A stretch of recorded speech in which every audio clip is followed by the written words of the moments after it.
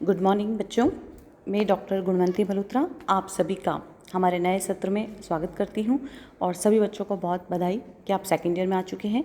Second year में organic chemistry का paper मैं आप सभी को पढ़ाऊंगी और उसको स्टार्ट करने से पहले हम कुछ बेसिक कंसेप्ट के बारे में पढ़ेंगे, क्योंकि जो फर्स्ट यूनिट है बच्चों हमारी, उसमें जो रिएक्शंस आएंगी उन रिएक्शंस के मल्टीपल स्टेप को समझने के लिए हमें पिछली क्लास का जो बेसिक है वो वापस हमको रिवाइंड करना पड़ेगा।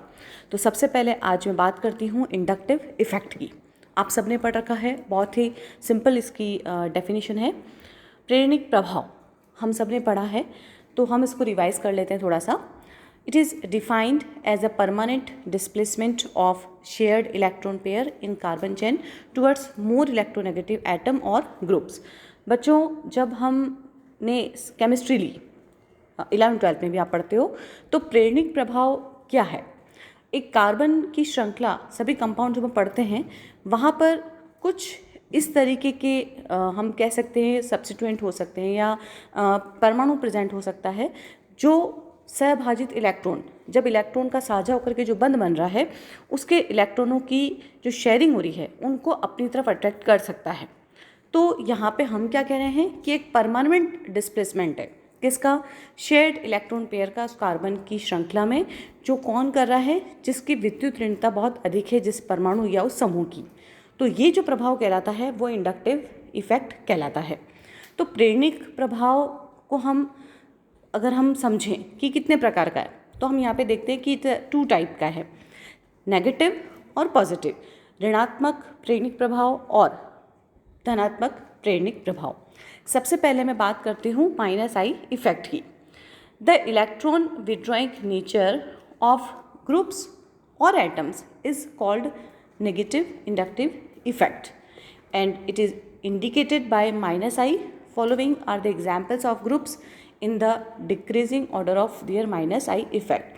तो जब ऐसा ग्रुप या एटम प्रेजेंट है यहाँ पर जो इलेक्ट्रॉन को निकालने की कैपेसिटी रखता है या उसकी नेचर ही ऐसी है, तो ऐसी स्थिति में जो प्रभाव उत्पन्न होगा उसको हम कहते हैं -I प्रभाव। कुछ एग्जाम्पल हम यहाँ पे देखते हैं बच्चों। 2 principles, electron withdrawing substituents can increase acidity. क्या कहना चाह रहा है ये कि जब ऐसे सब्स्टिट्यूएंट जिनकी नेचर इलेक्ट्रॉन विड्रॉ करने की हो, वो किसी भी नियर बाई एटम प्रेजेंट अगर कार्बन श्रृंखला में, उसकी अम्लता या एसिडिटी बढ़ाने की कैपेसिटी रखता है, विच इंक्रीजेस विथ इलेक्ट्रोनेगेटिविटी। जैसे ही उस सब्स्टिट्यूएंट की विद्युत ऋणता बढ़ती जाएगी, हम कह सकते हैं कि अम्ल के प्रभाव में या अम्लता के गुण में भी वृद्धि होती जाती है। ये एक एग्जाम्पल अपन देखते हैं। आप सबको पता है सबसे ज़्यादा जो हैलोजन फैमिली है हमारी पीरियोडिक टेबल में, फ्लोरो, क्लोरो, ब्रोमो एंड आयोडो। तो सबसे ज़्यादा फ्लोरीन जो एटम है वो इलेक्ट्रोनेगेटिव कैरेक्टर रखता है। अब यहाँ पे हम देखें इसको, जैसे एक एग्जाम्पल अपन ने लिया है एसिड का। अब किसी भी तरह से यहाँ पर फर्स्ट जो हम कह रहे हैं CH3COH, that is acetic acid. कहीं भी एक ऐसा कोई सब्स्टिट्यूएंट नहीं है जो इलेक्ट्रॉन को विड्रॉ कर रहा है।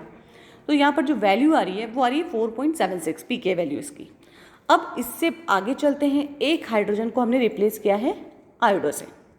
आयोडीन से हम जैसे ही रिप्लेस करते हैं तो हाइड्रोजन की तुलना में आयोडीन का जो इलेक्ट्रॉन विड्रॉइंग नेचर है, या हम कह सकते हैं इलेक्ट्रोनेगेटिविटी है, वो कंपैरेटिवली ज़्यादा होगी और इसी वजह से जो अम्ल का मान है, या हम कह सकते हैं एसिडिटी है, अम्लता है, वो भी यहाँ पर बढ़ जाएगी।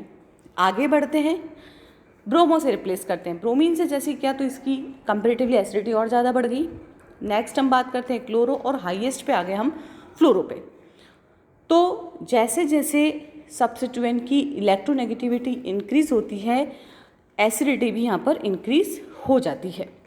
तो ये बात हुई इंडक्टिव इफेक्ट की -I इंडक्टिव में, जिसमें हम एसिडिटी को डिस्कस किया हमने।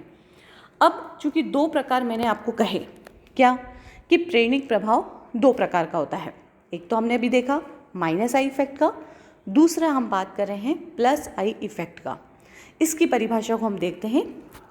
It refers to the electron increasing nature of the group of atom and is denoted by plus I. ये बिल्कुल माइनस आई प्रभाव की विपरीत है। कैसे? जहाँ माइनस आई प्रभाव में इलेक्ट्रॉन नेगेटिविटी ज़्यादा है, या हम कह सकते हैं कि इलेक्ट्रॉन को विड्रॉ करने की टेंडेंसी रखता है, वहीं दूसरी ओर यहाँ पर ऐसे समूह या परमाणु प्रेजेंट हैं जिनकी नेचर इलेक्ट्रॉन डेंसिटी को बढ़ाने की होगी, या हम कह सकते हैं कि वो इलेक्ट्रॉन घनत्व को बढ़ाता है। कुछ एग्जाम्पल्स हम यहाँ पे देख सकते हैं। देखिए, हमने यहाँ पे आर सबको पता है क्या प्रेजेंट कर रहा है, यहाँ पर एल्काइल ग्रुप। जैसे फर्स्ट हम देख रहे हैं RCH2 पॉजिटिव, मीन्स यहाँ पर कार्बोकेटाइन हो गया है। ये कार्बोकेटाइन का मीन्स कहाँ पर है? जिसका ऑक्टेट कंप्लीट नहीं है, इलेक्ट्रॉन यहाँ पर प्रेजेंट नहीं है, इसलिए पॉजिटिव चार्ज आ रहा है। अब ऐसी स्थिति में अगर हम यहाँ पर एक एल्काइल ग्रुप लगा देते हैं, R यहाँ पर एल्काइल ग्रुप है, मान लो वो CH3 है, ठीक है, और CH3 समूह यहाँ पर क्या कर रहा है? इसको इलेक्ट्रॉन देने का काम कर रहा है। तो जैसे ही ये इलेक्ट्रॉन डोनेटिंग टेंडेंसी की वजह से कार्बन पे जो पॉजिटिव चार्ज आ रहा है वो अब कम होगा। इसका अर्थ क्या हुआ कि इस एल्काइल समूह ने इलेक्ट्रॉन डोनेट करने की टेंडेंसी की वजह से इसको स्टेबिलिटी दी है। आगे चलते हैं। यदि हम अब दो एल्काइल समूह लगा दें तो पहले के कंपैरिजन में जो हमने सिंगली वहाँ पर R लगा रखा था एल्काइल ग्रुप, दो यदि एल्काइल ग्रुप लगा देते हैं तो ऐसी स्थिति में अब जो कार्बोकेटाइन है वो उससे भी ज़्यादा स्टेबल होगा। क्यों होगा? क्योंकि दो समूह ऐसे आ चुके हैं जो इलेक्ट्रॉन डेंसिटी में बढ़ोतरी कर रहे हैं। तो कार्बन पे जो पॉजिटिव चार्ज आ रहा है, धनावेश है, उसके मान में कमी होगी, वो स्थायित्व की ओर बढ़ता है। आगे चलते हैं। सारे हाइड्रोजन हटा करके हम कह सकते हैं डिस्प्लेसमेंट करके हम 3 एल्काइल ग्रुप यहाँ लगा देंगे, तो ऐसी स्थिति में पॉजिटिव चार्ज जो आ रहा है वो और भी ज़्यादा कम हो जाएगा और बहुत स्टेबिलिटी को शो करेगा।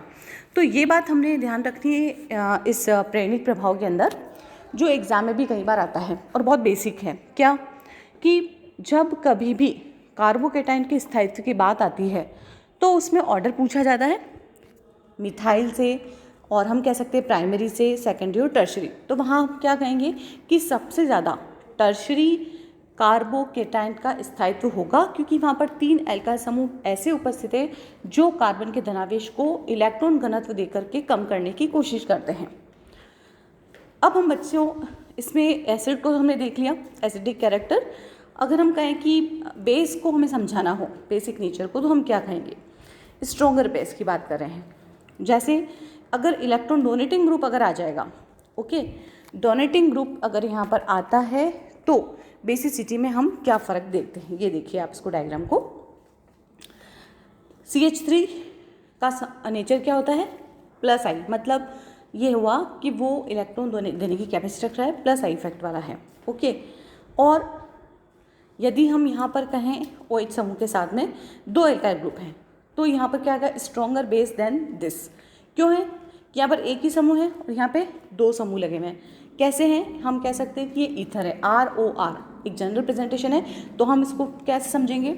CH3OCH3 ईथर है ये।